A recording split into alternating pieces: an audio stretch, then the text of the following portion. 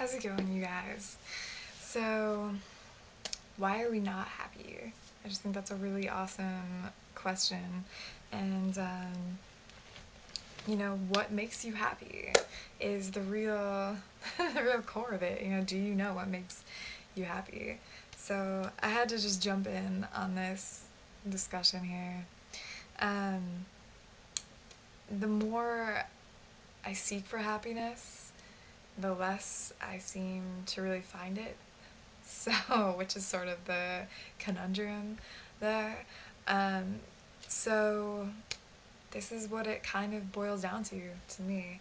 Um, it boils down to owning your creations and tapping in to the truth of yourself, which is really no more complex than just going outside and sitting on the earth, hugging a tree, looking at the sky, breathing the air, and connecting to a healthy source of creative energy. I think we get really caught up in, connecting to sources of energy that do not nourish us or sustain us.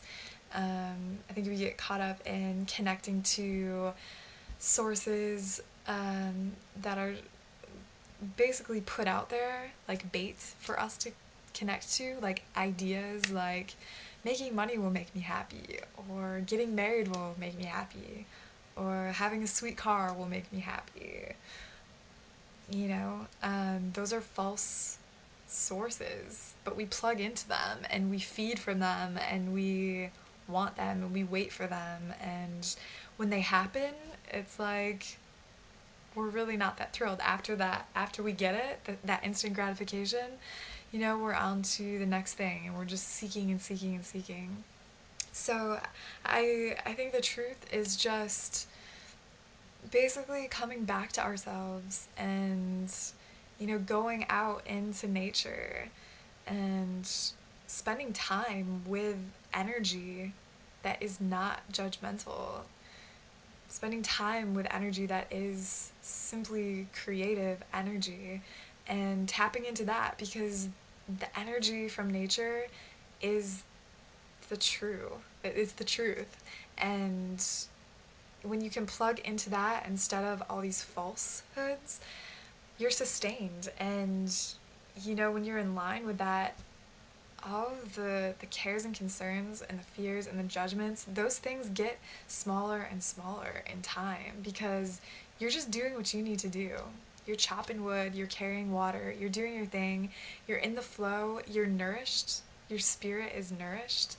And with that comes this crazy realization that this moment is yours, that you own this moment, that you have created this moment, and you are in the moment, and what you decide to do with it, it's all you.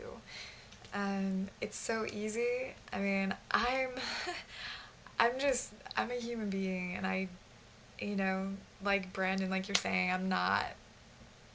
This is just from just experiencing my own intense quests for happiness, and the things that I've learned. But you know, when you're disconnected, and you're being a victim, that is a trap, because you blame the world and you don't take responsibility for the situations you're in. You're just like, oh, this sucks. My life sucks. I can't do anything about it. And you give your power away to all these false sources. You just give it. And you know, we're creators. That is our true nature. We are creative energy, and I think we get so jammed up that we just lose our zest for life. You have to have outlets and channels and ways to create and to feel like, feel that like you're in control. And maybe that's even the wrong phrase, to feel like you are part of your creation. Not that your creation owns you, but that you are part of something. So, you can be having a series of events happening that, you could look at and say, these are some unhappy things happening to me right now. Like my car broke down, or I was late for work, and, you know, my tea spilled in the car. Like all these things that could really just be unhappy. But if you're tapped into your creativity, maybe you can look at those things and kind of laugh. Or maybe you can look at those things and just have some sort of trust, or just see it as life. Just see it as you happening. I read a quote once that said that things are not happening, you are happening. And just having that awareness is thrilling. Like, I mean, we're just here. We're just here experiencing it all. And, like, that's just cool. So, it's really about making light of the situation. It's about taking that moment and molding it into your creation. Um, so, I have this movement and stillness. This has been in my room for quite a while. This also comes from a quote, T.S. Eliot, "We must be still and still moving into another intensity." And I do think this is one of the most powerful keys to really tapping into our flow and balancing our flow. And after we, start developing a relationship with a healthy source, with nature, um, you can see in nature that this is what nature does. There's night and there's day. There's calmness and there's storms. There's this constant fluctuation happening, and you can see it in yourself. You can see after a long day at work, what do you want to do? You want to go and be still. After you've been sitting around doing nothing, you start getting bored and you want to do something, you want to move. So it's this balance of creative energy. And to me, movement, that's just, movement and stillness, they're both expression of some sort. And movement can come about in all different kinds of ways. Movement can be dance, song, drawing, writing. And we all have the ability to do these things. We might tell ourselves like we're not creative and we aren't good at this and this and this, but that's not true. Like those are our God-given abilities. Those are channels. It doesn't matter if it's good or not, really. I mean, it gets good as you do it and as you develop confidence and as you just, because you feel good when you do it, when you're expressing and you're moving.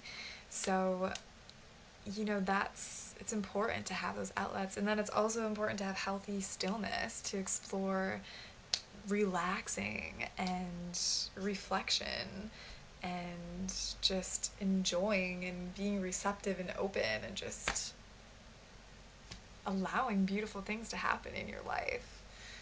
And so yeah, there's it's that balance and that creative energy. It's for you. It's for you to explore. It's for you to own. And when you embrace that, things just fall into place. When you use your imagination and you allow yourself to be the creative being that you're meant to be, life is just amazing no matter what is going on. So, sweet video, Brandon. I thought it was really cool. I thought it brought up a lot of pretty potent points. Definitely hits home, definitely very real, and I know everyone on the planet can relate to that right now. The planet is a pretty unhappy place in general. It seems like everyone's still searching wildly, and that's a beautiful thing, because that means we're gonna figure it out.